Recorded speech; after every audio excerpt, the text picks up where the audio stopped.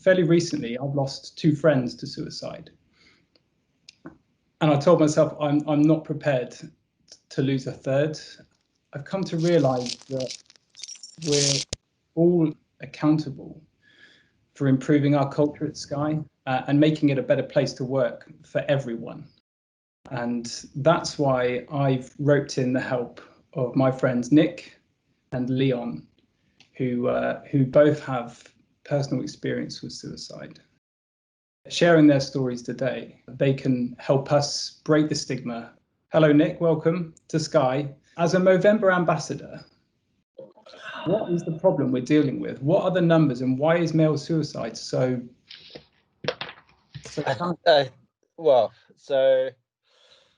globally, one man dies every minute from suicide. With the way things have been this year in particular, and again with the second lockdown and, you know, winter starting to hit and isolation, we probably are sadly going to see another slight rise. Movember's goal, and why I'm a part of it, is to reduce those numbers by 25% before 2030. It's only when I started talking that I realised, you know, that's one of the biggest problems, that men don't, and they won't share their feelings, and they won't get help, and quite often they just don't even want to admit it. So that's why we see 3 out of 4 suicides in the UK are men, which is fairly shocking. And I'm just trying to do my bit to help reduce that. Yeah, and it's working as well. The work that you're doing on social media and encouraging others to talk more is having a real effect. That's why we're here today. And Leon, thanks for joining us.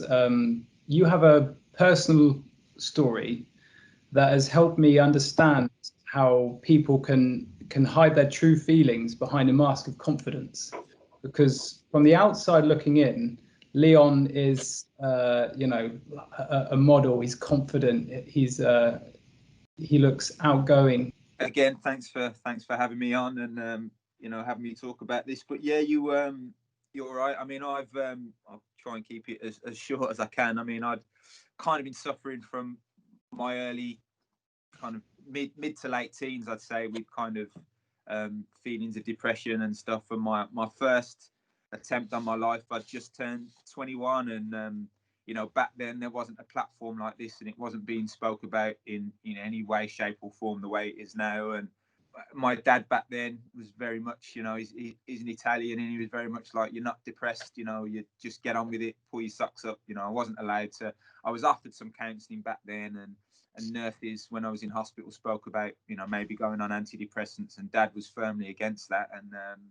over 10 years, I kind of hid behind a persona, and Instagram is a great, it's a great filter, and from the outside looking in, everything looked great, but I was suffering. And again, a little bit like like Nick, my kind of life unraveled at the end of 2017 again, after putting up a front for so long. I guess I just cracked and couldn't do that any longer. And there was a few things, broke up with a long-term girlfriend through not dealing with the fact that I was depressed, going home and taking it out on them. And then I had a massive bike crash, which meant I broke my arm in 6 places 2 days before New Year's Eve. And the bike was a bit of an outlet for trying to deal with the things I was dealing with. And then New Year's Day 2018, I just broke down. I was on my own, kind of spilt my guts out on social media to say that I was suffering, as a bit of a way to force my hand to go and get help, because I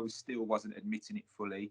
For the rest of that year, or at least a good 8 or 9 months, I kind of journaled what I was going through on Instagram, which was a bit of a help for me to try and work things out, and was quite cathartic. So that's in between that time, I had another attempt on my life, even after coming out and kind of admitting I was struggling. I still didn't want to deal with it once I realised what I was a little bit about. Yeah, my backstory. It's quite easy for people to hide what they were really going through. So it took my life to finally unravel for me to really have the courage to stand up and go, I need some help. And that's I still speak about it today on social media and doing stuff like this along with Nick to try and make people realise that you can, it is okay to not be okay. You can ask for help, and there's no shame in that. So So yeah, it's a little bit of my backstory there. What has helped you out of the dark times? I wouldn't say there's one, there's one key factor. It's a bit of a jigsaw puzzle. The first thing that I needed to do was, it's a bit of a cliche, but before you can get better, you kind of need to admit that, something's up or that you need help. So being so open about it and asking for help has been a big factor. But, I'm on antidepressants now, still am. Been on those since, the start of 2018.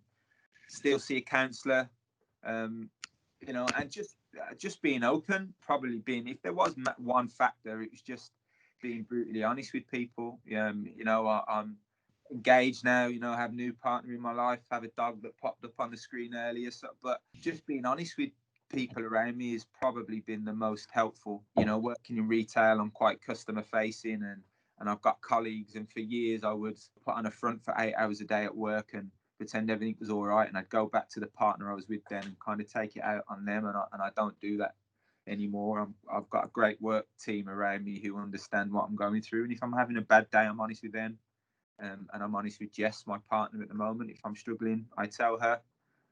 Obviously, I'm not that upfront with customers that walk through the door. It's probably not what they expect when they're coming to buy a.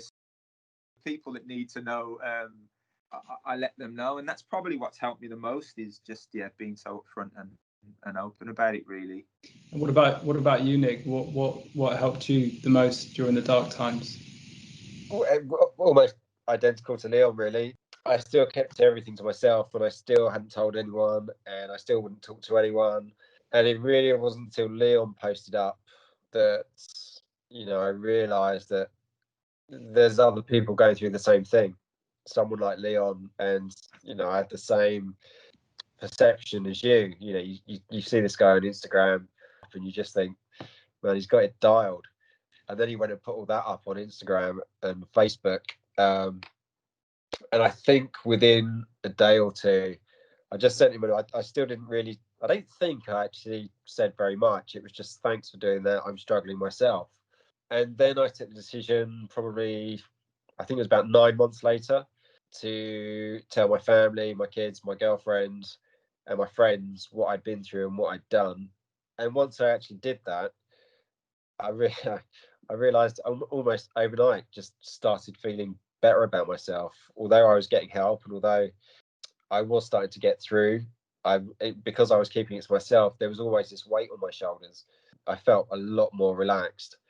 And similarly to Leon now, the biggest thing I do whenever I have a moment is tell people.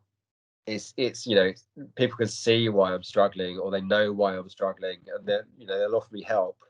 Whereas previously I would just batten down the hatches and deny that I was struggling.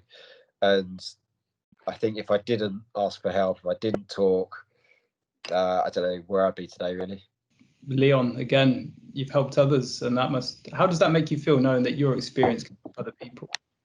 It's pretty humbling, to be honest. I didn't really think, that it would have the effect that it had. The outpouring of support I had was amazing, and the outpouring of people that, messaged me privately and said they were struggling, realized that I wasn't the only one in that situation, and some of my other friends that I looked at in the same way as you mentioned, you looked at me and Nick, I was like, wow, I thought they had all their stuff together, big houses, fancy jobs, and they would message me and say, hey, I'm really struggling as well. So, pretty humbling. And as hard as it was to admit and to still be speaking about it openly, it's kind of made me realize how, worth it's been in the long run, if it's helped other people, get some help. And how was lockdown and the pandemic kind of accelerated this whole feeling of isolation and aloneness? Have you struggled with the lockdowns and the being on furlough, etc.? Obviously, you can see I've had other things to keep me busy during the first lockdown, but I have, towards the end, it was starting to get quite difficult. But again, I realise I'm in a very privileged position. I've met Jess, and she's been amazing through it all, and I'm quite thankful that I kind of knew in my heart of hearts I had the support around me to come out and admit you know, I was struggling, because it's very easy for me to sit here and say all you have to do is pour your heart out on Instagram. You know, a lot of people still can't do that because they haven't got the support network that I had and had. You know, so I'm very grateful and humble and privileged that I kind of knew I had my friends around me to, you know, to help and admit things. But yeah, lockdown's been a bit, it has been difficult. So I can only imagine what it has been like for people that haven't got a support network around them. You know, it's it's been quite a weird year, to say the least. What stops us from talking to other people? Why do we try to internalize all that emotion? I mean, obviously, I can't talk for other people, but as a how old was I at the time? 43-year-old man. I didn't want people to know I was struggling. I was trying to project, especially through social media. You know, my job as a cycling tour guide. You know, I'm trying to attract people to come and ride with me in the mountains, and put on this front of, you know, being someone else. Really, I just again, I guess people of my generation, and it's only really since I've been doing all this that, you know, I talk to a lot of younger people now as well, and whether it's teenagers or people in their 20s, they're far more open than guys in their 40s, 50s, and they just generally tend to be more aware and talk. Whereas, as I say, you know, I'm in my 40s, and we were brought up to be men. Is that a masculinity thing? Is this, you know, like, everyone thinks that masculinity is about, you know, chin up and get it done. Absolutely, yeah. Get it done. Yeah, pull your socks up and get on with it. You think how much damage that does to people, but I think it has and it is changing. And I look at my kids and their friends, and when I moved back to the UK and I started cycling with younger people and the conversations that they were having, and I have completely different conversations with them, and I can still see that a lot of them won't admit how they feel. They won't talk about, you know, struggling, and it's hard for them. You try to encourage them to, you know, not do what I did. The what I find just baffling is the complete opposite of your perception. So if someone speaks up about feeling depressed or admitting they need help, they think that makes them look weak. But from my perspective, when I see someone openly talk to others about their experience and their emotions, I think that takes great courage, and I admire them for it. So I often find that it's all internalized, it's all a perception. Yeah, absolutely. But then that's part of the problem, is that, you know, for me, when I was really struggling, it was full of self-loathing. You know, I didn't understand anything that I was going through. I couldn't rationalize anything. You know, I couldn't show that to anyone. And you just bottle things up, and it leads to this crisis point that, you know, I've been through, Leon's been through, and many others, and some of us make it through, but an awful lot don't. Leon, do you think that suicide is something you'll just have to live with, and it's part of you, or do you think that you can see the back of it? I mean, sitting here, I'd like to say, you know, I could see the back of it now. You know, with the support network I've got around me and the things I put in place. I don't like using the word getting better with depression, because I don't think you ever. I don't know if you ever do. I don't know if I don't think I ever will. I ever will be. I'm just learning to deal with things, and I think, you know, life does throw you curveballs, like we just spoke. You know, this year and COVID, you know, and being in lockdown, you know, things were going, I wouldn't say super smooth, but the year had started off quite well and I was in a good place. And then, you know, lockdown, you know, has hit us, and due to be married this year and go on a honeymoon and all these different things that curveballs that life throws you. I know that things can trigger, you know, different things will trigger things in the future, but it's just a case of learning to deal with them and be ready. I think, you know, the analogy I use is, you know, and the black dog, that phrase is bandied around with depression, and it's, you know, the way I see it is, you know, I'm learning to pick up the stick that he brings back to my feet and throw it away a little bit further each time, you know, and it takes that dog a little bit longer to get back to my feet, but it probably will come back at some stage and in some way, shape or form. So it's learning to deal with that. Hopefully, you know, I can only hope that I'll never hit the lows that I've hit in the past before, and that has made me think that there is no light at the end of the tunnel, you know, because the 2 or 3 attempts that I've had on my life, it's got to that point where I thought that that's it.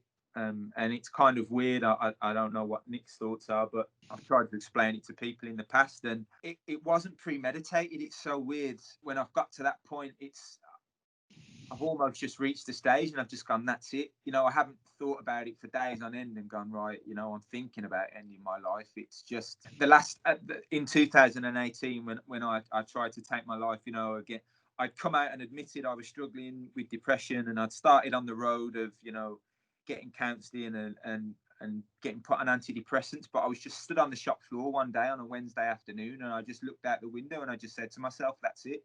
You know, that's how quickly, you know, I just thought there is no point, and I don't want to try and get better, and I don't want to go on this journey to find out what I need to do. That was it. I just decided, as easy as deciding what I was going to have for lunch that day. I was like, that's it. You know, and on the way home, got the stuff I needed to get to do what I needed to do, and that was as quickly as the decision was made. So hopefully, you know, it will never get to that, you know, that point again. But we never know what the future holds. You know, it's quite hard to say. That's the thing that scares me the most, is that the people that I've lost in my life to suicide, you can sit there and think, oh, I wish I did more. But the truth is, you really can't predict anything like this, because it can be quite a quick decision. And that's the scary thing for me. So with everything I put out on social media, I get a lot of messages, as Leon will as well. A lot of people will message you and tell you all sorts of stuff. The one common theme when someone says, I lost a friend recently, it always is that you can guarantee that last line will be, and nobody knew. You know, nobody knew there was something wrong. Nobody knew they were going to do this. Nobody. And that's for me the scariest thing. And again, with me, you know, when I was going through it, I hadn't told anyone. Everyone just assumed I was kind of okay because of what I was projecting on social media. People are just left with questions. You know, why did they do it? They didn't appear to be struggling. And it is quite often you just get yourself to this crisis point. And similar to Leon, both my attempts were, you know, I made the decision on both days. There was no lead up to, I think I'm going to do this. It was, right, that's it. I'm out of here. And I think most people are probably the same. It's not premeditated. It's you're in such a state that you just can't see a way out. And that's why, you know, if you've lost someone, it's easy to think about, I wish I could do more, but it's not very healthy. And that's why I told myself, there's nothing I can do about the past, but there is about the future. And that's why I've invited both of you here today, is because you never know who you're talking to and helping, or who you're equipping to recognize that they could help someone else. It kind of like, the more you talk about it, the bigger you spread that net, and the more able you are to help. And that's why I really wanted to bring you guys to Sky. But it's not just about people admitting that they've got a problem. It's, you know, that's kind of half the problem. The other half is people learning the skills to be more aware and spotting the signs, and equipping themselves with the tools to be able to say to someone, you know, what's going on? You're not yourself. And just ask questions when you're worried about someone. Because it is quite easy to hide how you're feeling. But I felt a couple of times when I've been struggling, you know, when someone's pushed me, and instead of me just going, yeah, I'm fine, leave me alone, and they've pushed that little bit more, and I've gone, no, look, this is the problem, or this is what you know, it makes me open up and start talking, and it helps me feel better. And it's as important that people learn how to spot the signs as it is for, you know, people who are struggling to go and talk. We've got a message from Adam. Thanks for sending this. He says that this new year will be the 10th anniversary of his best friend's suicide, and I wonder if I could have done more. And I think that, you know, you could dwell on that fact. Maybe you could have done more, but I think the point is that you can do more for the other people in your life, hopefully, and that's got to be a good thing. No, like Nick said, I think it's very easy to get, if you have a friend that has taken their own life, to kind of beat yourself up and you know, tell yourself you should have spotted the signs. But it's a very hard thing to do, because, like, you know, you've explained and Nick has said, you know, people don't normally put it out there that they're going to try and do that. But, you know, it's stuff like this that's going to help you know, with you guys being willing to step up to the plate and have these kind of chats, and the more that this can be out in the open and spoke about, I think is the way we're gonna to deal with things. Because like Nick said, half the battle is you know, is he admitting it, but you know, it's the other half of the battle, and probably the biggest battle is trying to get rid of the stigma that's attached to it still, because I still think there is, not as much as it was, but probably again, like we go back to, especially in men, there's still a massive stigma about wanting to admit that something's wrong.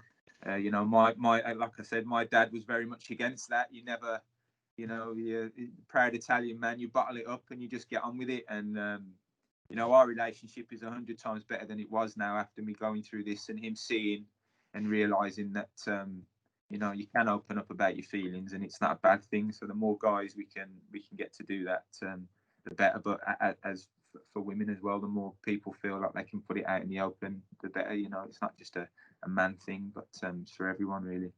Yeah, like I said, if anyone speaks up about their true feelings and opens up to people, I've nothing but admiration for that. It's a true, it takes true strength, and so I find it admirable.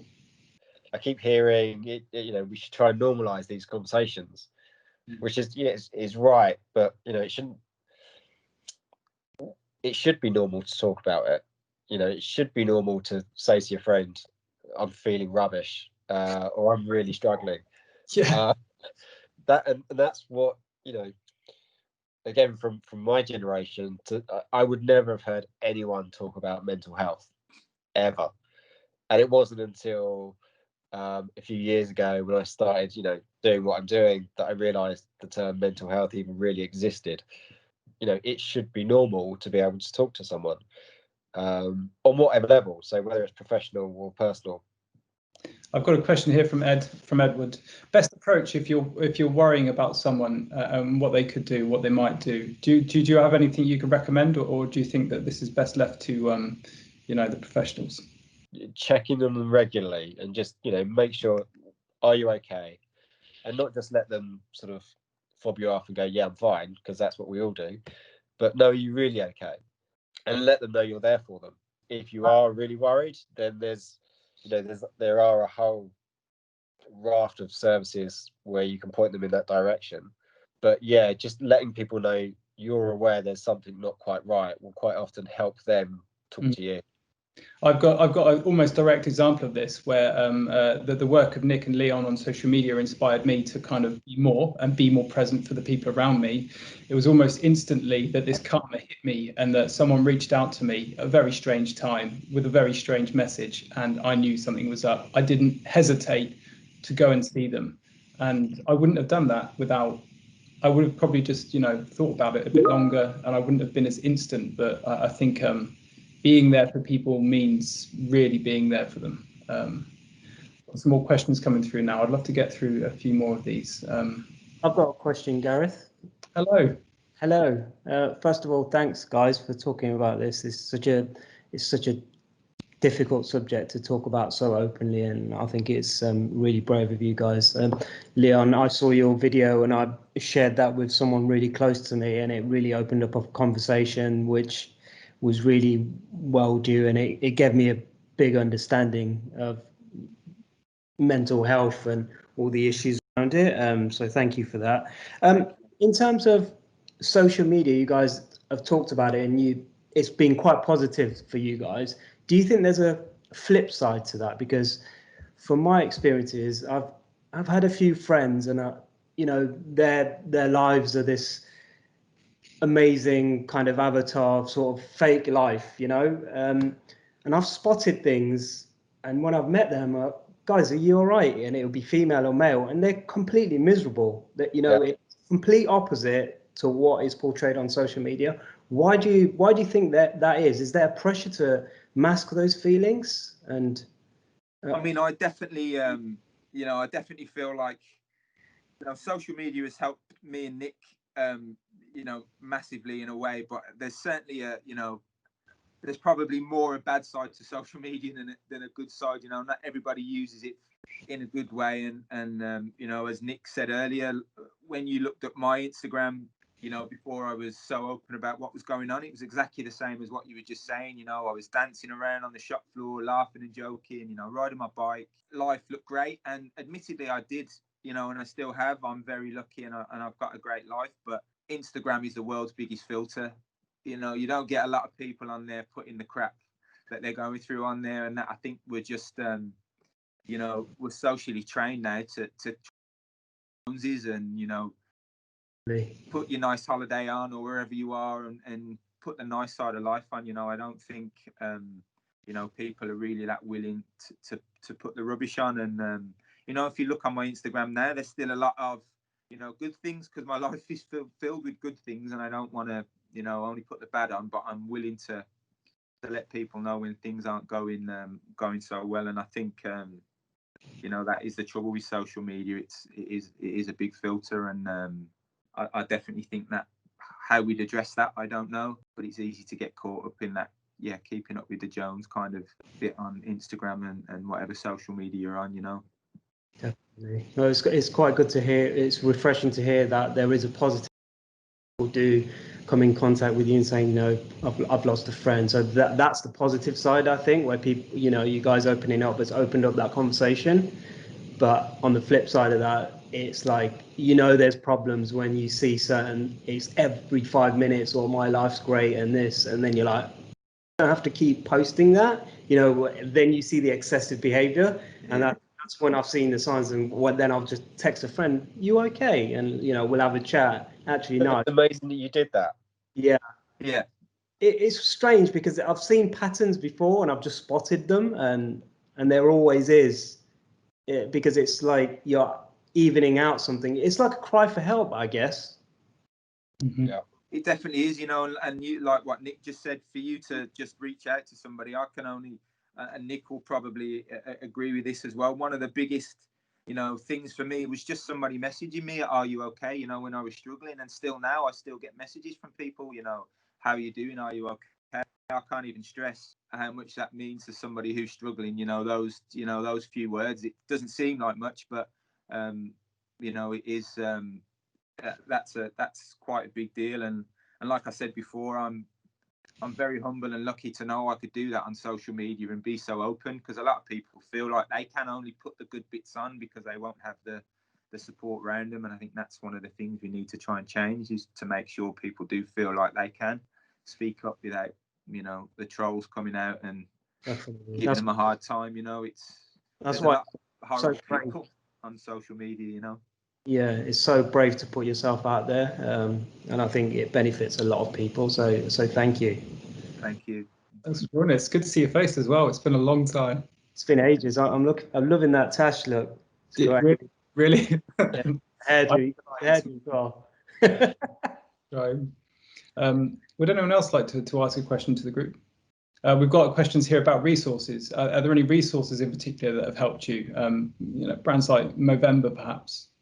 So Movember have a lot of resources. So if you go on their website, there are useful links. So whenever I get a message and, you know, it's clear someone is struggling, the one that I always give out straight away is Samaritans. I guess it's not all men on this, but my own little bubble is you know, looking at men's groups and things like that. But there are lots of resources out there. It's and part of what I'm trying to do is signpost those resources for people. Just try and show people that there are different ways of getting help. But Movember's got a whole page of useful links, not just for people who are struggling, but people who might be struggling with grief after they've lost someone. As Leo said earlier, suicide leaves a lot of questions, and quite often the people that are left behind can struggle quite a lot with it. Thank you so much, both of you. And I'd just like to thank Zoe as well for creating this space for us to talk and have this conversation. So Zoe, if you want to come and say goodbye, we owe you one. Thank you for your help today. Thank you, Zoe. Thanks, Zoe. No, not at all. Thank you so much, guys, for sharing today. I was actually clinging on to every word. It was so powerful, and I'm so pleased that we've been able to have the space to have this conversation. I think it's helped a lot of people, and I hope it will continue to help a lot of people as we feel more comfortable sharing, whether it's our own stories or asking other people about how they're doing and checking in and having those conversations more often. So thank you so much, Gareth, for kind of bringing Nick and Leon to share their stories with us today. And thank you so much, guys, for your honesty. Just let us know, we've got a whole host of wellbeing champions who are trained to help and talk and can also signpost to further support if needed. Thanks, Leon. Thanks, guys. Thank you. Thanks.